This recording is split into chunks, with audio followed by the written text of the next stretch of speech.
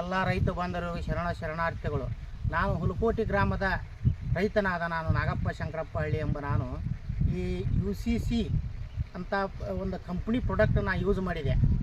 But ನಾ use ಮಾಡೋಕ್ಕಿಂತ ಮುಂಚೆಗೆ ನಾನು ಹೆದರಿದ್ದೆ ಏನಾಗುತ್ತೆ ಏನು ಇಲ್ಲ ಅಂಥೇಳಿ. ಬಟ್ ಆ ಕಂಪ್ನಿಯವ್ರು ನನಗೆ ಏನು ಸಜೆಷನ್ ಮಾಡಿದ್ರು ಅದರ ಪ್ರಕಾರ ಅಂದರೆ ನಾನು ನಾಟಿ ಮಾಡಿದ ಒಂದು 20 ದಿನಕ್ಕೆ ಟೀಕಾ ಯೂಸ್ ಮಾಡಿದೆ.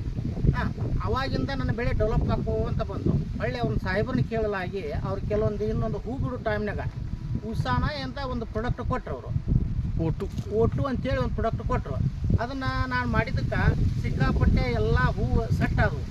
ಇವತ್ತು ಅದ್ರಿ ಒಂದು 4 ರಿಂದ 5 ಕಿಲೋ ಕಾಯಿ ಸೈಜ್ ಐತಿ ಈಗ. ಬಟ್ ಇನ್ನೂ ನಂದು ಒಂದು 10 ರಿಂದ 15 ದಿನ ಕಟಾವಾಗಿ ಬರ್ತೀಗ.